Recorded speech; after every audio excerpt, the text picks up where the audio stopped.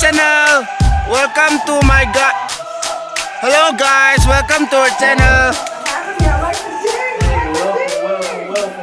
Welcome. All right, everyone.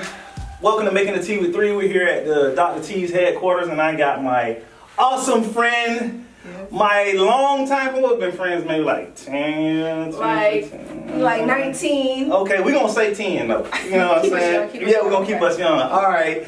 Tell them about yourself, Shannon. So, I'm an entrepreneur. I just happen to be a lawyer. I go by, that's my lawyer, but I'm founder and creator of Pretty Smart Law, Pretty Smart Studios, Pretty Smart Shades. Like you said, all things pretty smart. All things pretty smart. So I'm just an entrepreneur that happens to be a lawyer, and I just wake up inspired, ready to do my passion in life, and here we are. Well, I am definitely inspired by your lifelong work. I'm talking about she on the go all the time. We're lucky to even have her here right now. Thank you. All right, so we're going to show you how to make a t-shirt today. You cool with that? Please, let's go. You know. All right, let's go.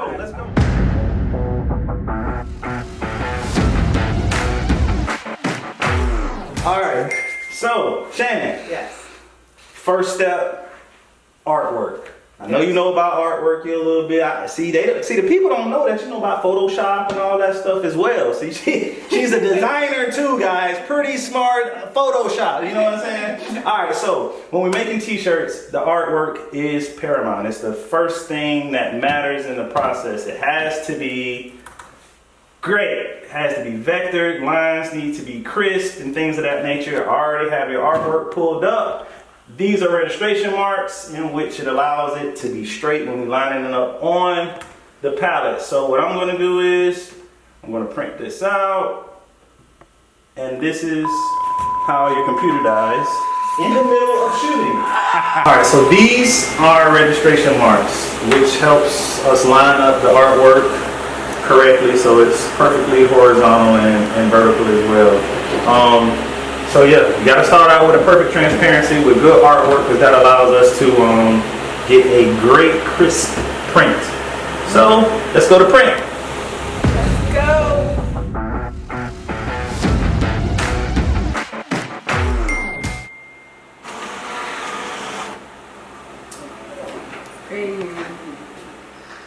All right, so now that we have our transparency printed, our artwork is perfect, now it's time to burn the screen. Let's do it. Let's go to the dark room.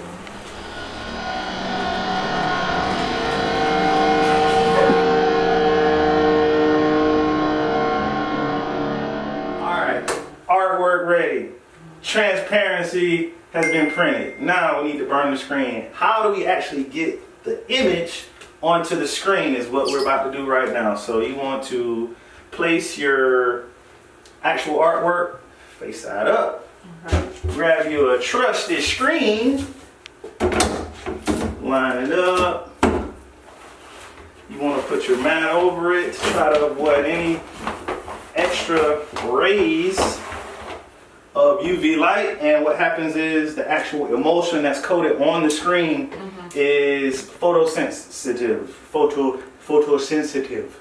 Okay. Which means it's sensitive to light. So what will happen is, don't forget your pressure. You gotta put a good amount of pressure on there. A little extra weight. Oh, you lift the weight. Yeah, you know what I'm saying? A little sub. Then we're just gonna flick this on, let it burn for maybe like a minute and a half, depending on how strong your bulbs are. As you can see, we're burning right there now. So as soon as this cuts off, we'll take it off and head to the washout booth. I might let you wash it out. We'll see. We'll see.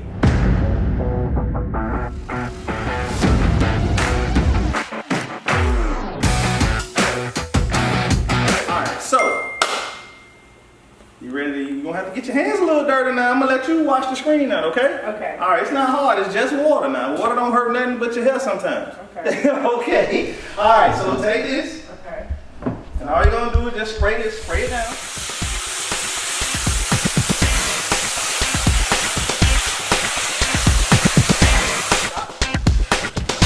What you do sometimes is take a little bit of soap, wrap it on here, and what the soap does is actually agitates a little bit of the emulsion, and it makes it easier to wash out. So now, you finish washing them out.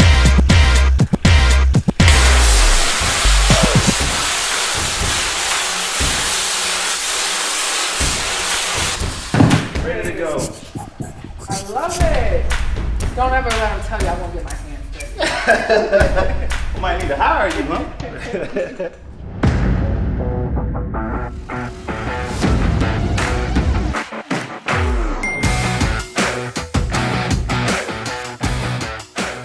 Shannon.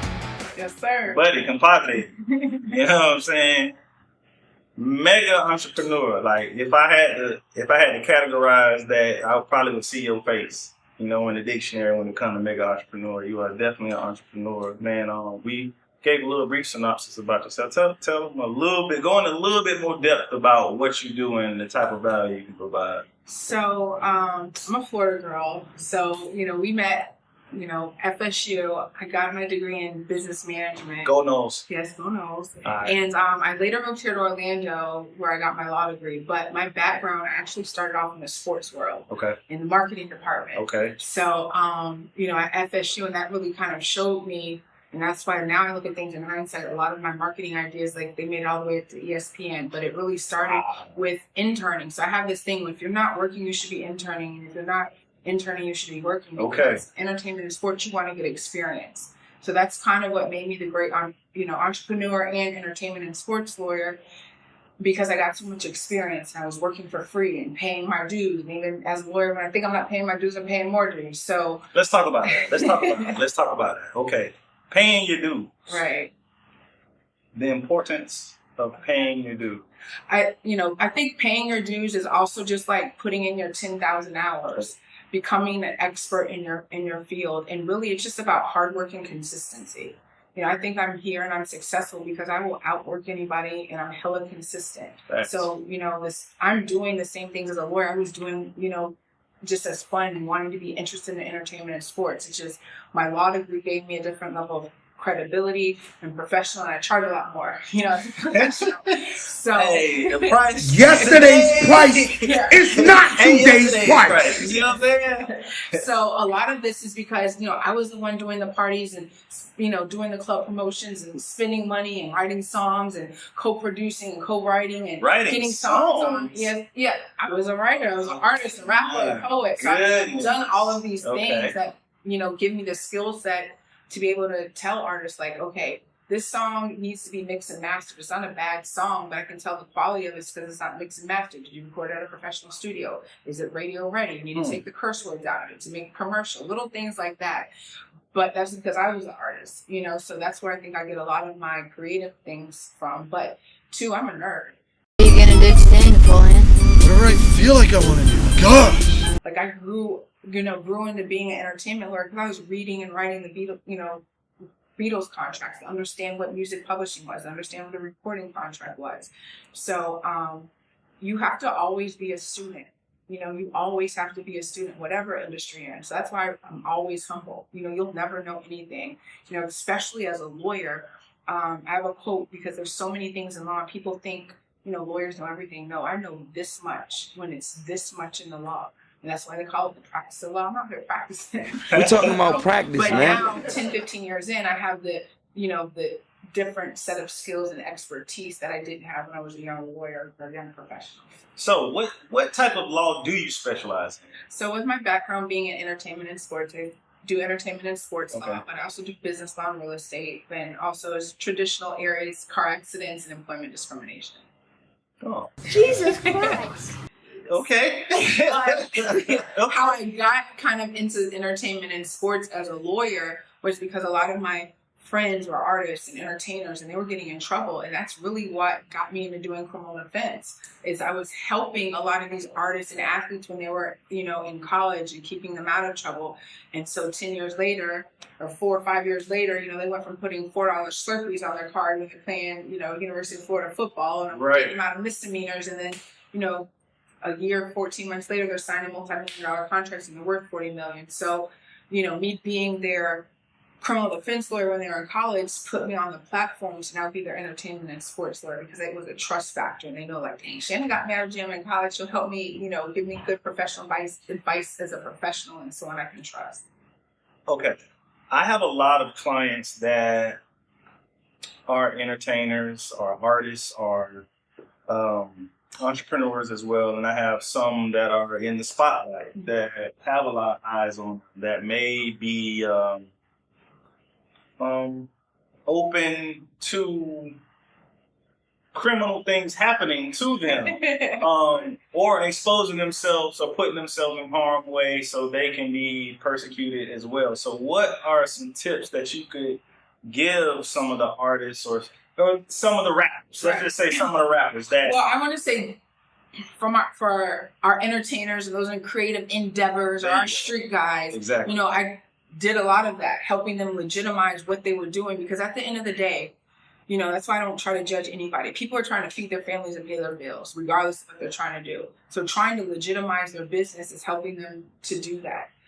Because a lot of times, that's how I even got hired as a criminal defense lawyer, because when clients got arrested, like, why do you have $25,000 of cash on you? It smells like drug money. Okay, Your Honor, my client. It ain't mine. No, Your Honor, my client is a rapper. He actually charges $50,000 to do a show. The first $25,000 got wired through his manager. This is what's called the backing money. It's $25,000 cash he got from this club. And unfortunately, he was just traveling. So I'm able to articulate things the average lawyer might not understand, because I understand the industry. Yeah, see, hold on now. See, I don't know if y'all completely understood what she just broke down, but see, you need to have something like this on a retainer. Stop playing.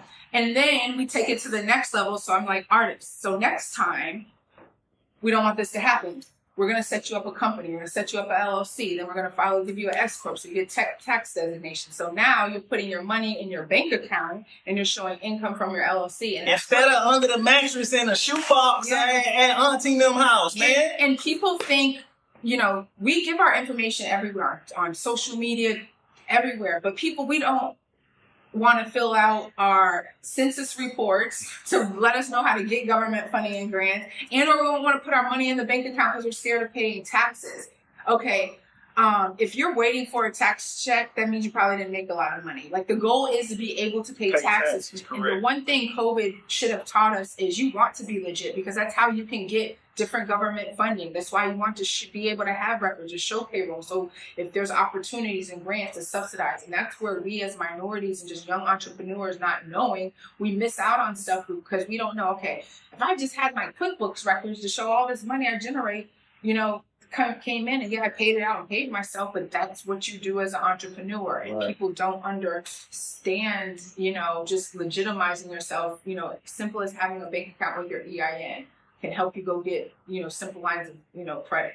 So hey, I know it's a lot to digest, but see, y'all just gonna have to replay it back and listen to it again. But this is real game right here. Like, this is something that could possibly save your life. Right. Because I'm sure it saved some of her clients' lives. Yes. As well. Mm-hmm.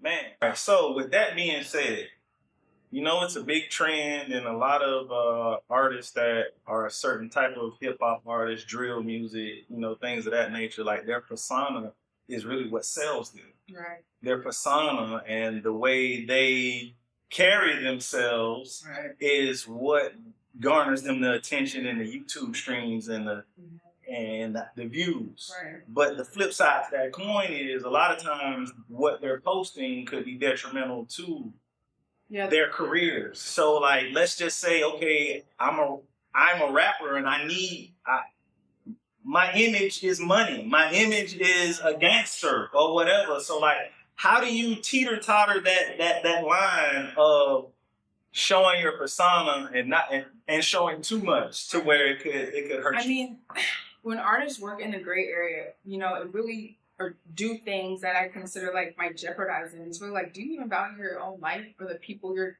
so-called helping? Right. Because I have a list of clients that can tell you, like, they got arrested and indicted off of putting stupid stuff on social media or texting or saying things. Mm-hmm. That's how criminals get caught. They either get too greedy or they get too mouthy. And so, you know, half of it is, you guys are doing the police job for them by putting the stuff on social media. Like, hey, dude, he on the run. Then I got the gun. He got the gun. Well, we got a badge. Okay, you're on felony probation. You're not supposed to be hanging out with another felon or in possession of a gun. Boom, screenshot your social media. Now you got a BOP. Now you're in jail with no bond. That's simple. And, you know, I've seen it with Bobby Sheen murder. I've seen, you know, a lot of, and you can just be in the, you know, wrong place at the wrong time and just stuff happens. Right. You know, or you can get, you know, I think Remy Ma got arrested for beating somebody up in a club with a bottle. You can get instigated in things. So I think as artists and just people in general, we just need to learn, one, the art of de-escalation, and two, not being influenced by what we see on social media. Just because you see somebody else flashing that, that's probably not best for you to do if you have a whole bunch of drug charges and things like that. Like, ask Lil Wayne. That's why he's out here shaking hands and with Donald Trump, because the man saved his life and got him, pardoned. And Kodak Black. But they're not telling you they spent 200, 500,000, millions of dollars for their livelihood. They're not telling you that, and that's not even guaranteed. These artists that are doing this on the local level, y'all don't even have lawyer money. How you gonna have indictment? So, right. They need to go back and listen to the old school Jay-Z lyrics. I'm with you on it. Lawyer paid, Oh, now she like that lyric. Keep your lawyer paid. I know that's right. Y'all keep your lawyers paid. But it's serious because we're joking about rappers. I represented a white collar crime guy. He was indicted 2 times, facing 22 years for $181 million of tax fraud. He had 10 lawyers on retainer. He got picked up again and we just got him out. But he had the right team of lawyers, so it happens whether you're the white collar suit guy doing some crazy stuff or you're the, trap street guy trying to make that turn into what it appears. So again, you just always have to do the right thing. And no one's perfect. Like, I'm out here learning and make mistakes. Right. But I always say, you should have 2 types of mentors in life.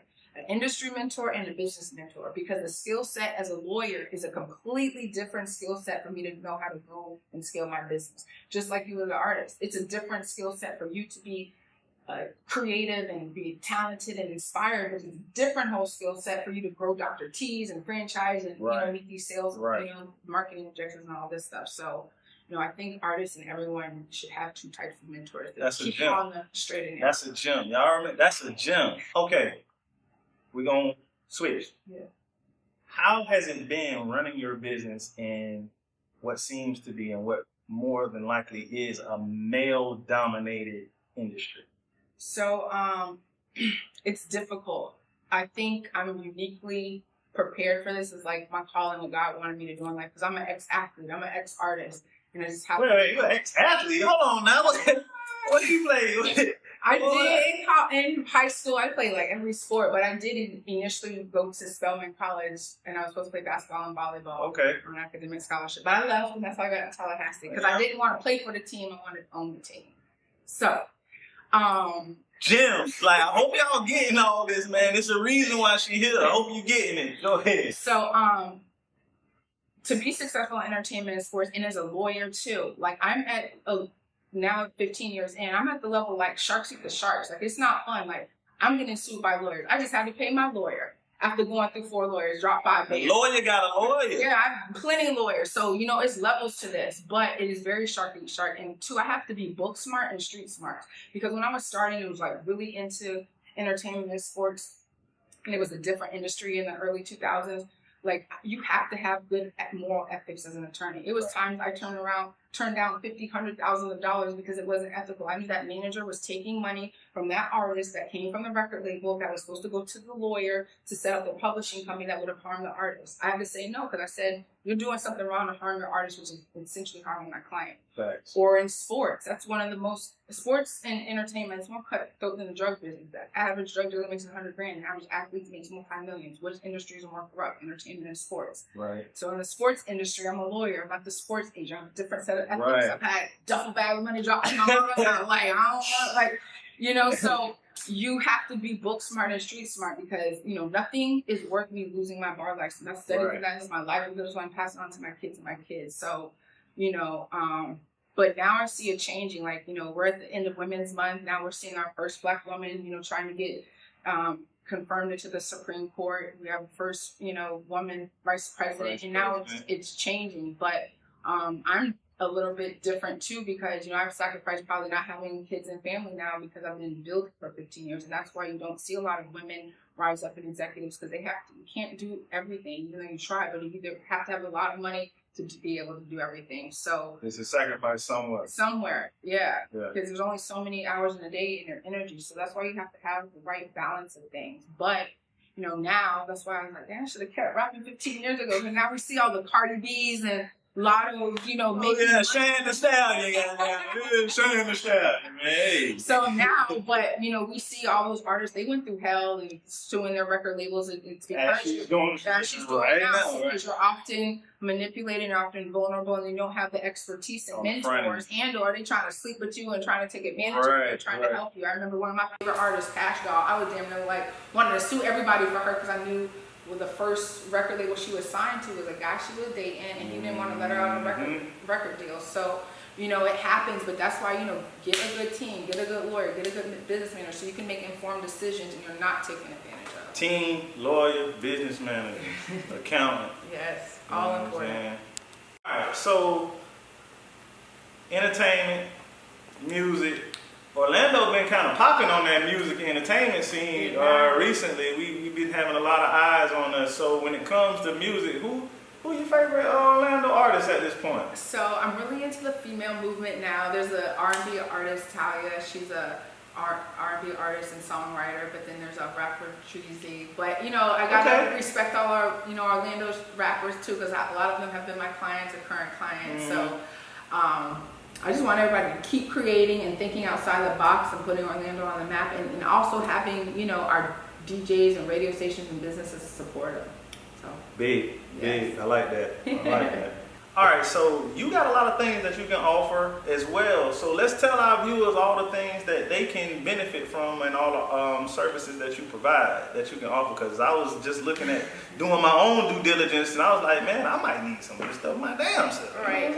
Well, I encourage people just follow our brands online. You can follow me at That's My Lawyer, Pretty Smart Studios, and then Pretty Smart Law. Because with our creative studio, we're opening downtown Orlando. We're having, you know, music and business education classes. But also you can log online and shop our contract closet. So we have different resources available for artists and entrepreneurs if you log online to prettysmartstudios.com. Contract closet, I like that. It's always thinking outside the box. Yeah, that's dope. So they can just go there and, like, let's say there's a certain type of contract that I need or whatever. I can just go there, search it, and pay for it and download it? Yeah, moving forward, next we're going to upload a lot more contracts because I see like everyone's doing things online. So sometimes you don't need a fully customized contract, you just want a template. So, correct. Yep, you can shop That's prettysmart.com and like go to our that. contract closet. So we're going to be putting more resources for business owners and for those in entertainment. Love it. That's dope. That's real dope, man. That's real dope. All right, it's time to make this t-shirt. You ready to make a shirt? Yes, let's do it. That's why we're here. That's why we're here.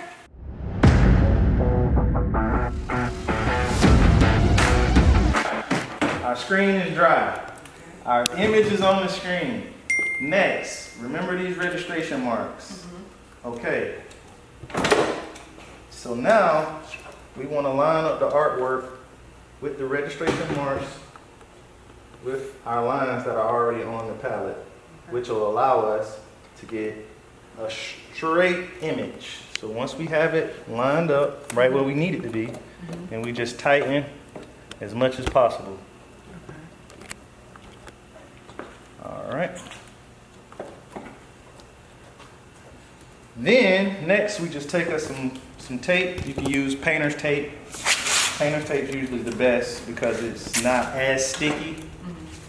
And you want to just cover all four sides with tape, because anywhere that there isn't emulsion will allow the ink to come through.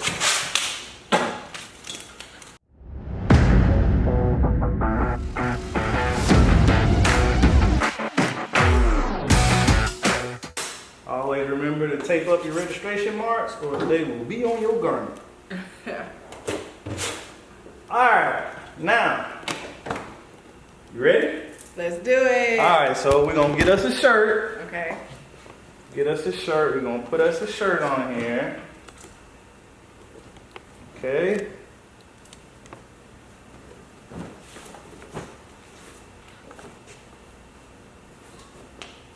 That's a little black shirt that I'm sweating on. Alright. Now, let's grab you some ink real quick.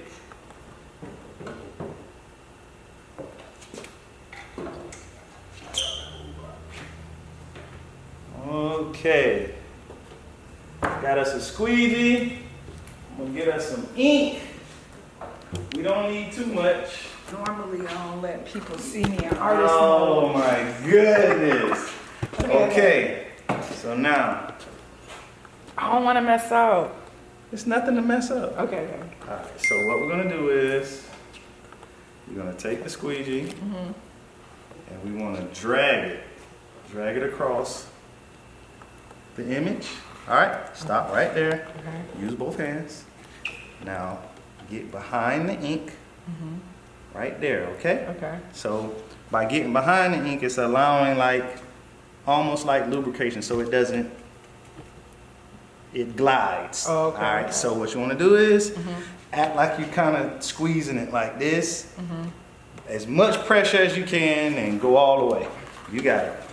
There you go. All right. That's good. Now get back and do it again. Get behind. You good? Do it one more time. There you go. That's it? Let's see what we got. Okay. You ready? Leave that there? Yeah, that's cool. You ready? You sure? Kinda. Kinda. Either you're ready or you ain't ready. But I mean, you're the professional. I mean, I'm all right. So, well, lift it up. You lift it up. I don't want to lift it up. Hey!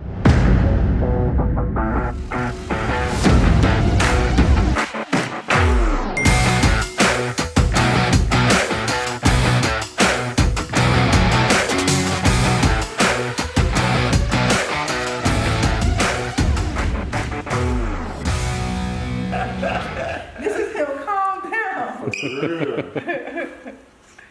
Hey. Now you can get these for sale on shopprettysmart.com. Maybe. Did good. I love it. So you ready now? You ready to be a Yes. screen printer? You sure? Or you just gonna stick with law? What I'm we gonna doing? stick with law, Okay. and I'm gonna keep my services coming to the best Okay. at Doctor Tees. That sounds good.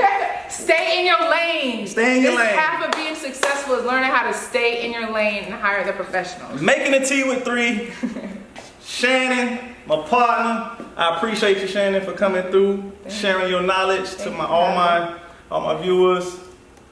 Everybody go follow, use the services, and until the next time, later. Hello channel.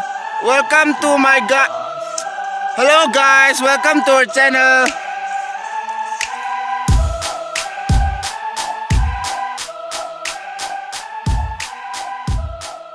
Please like, share, and subscribe my video, guys.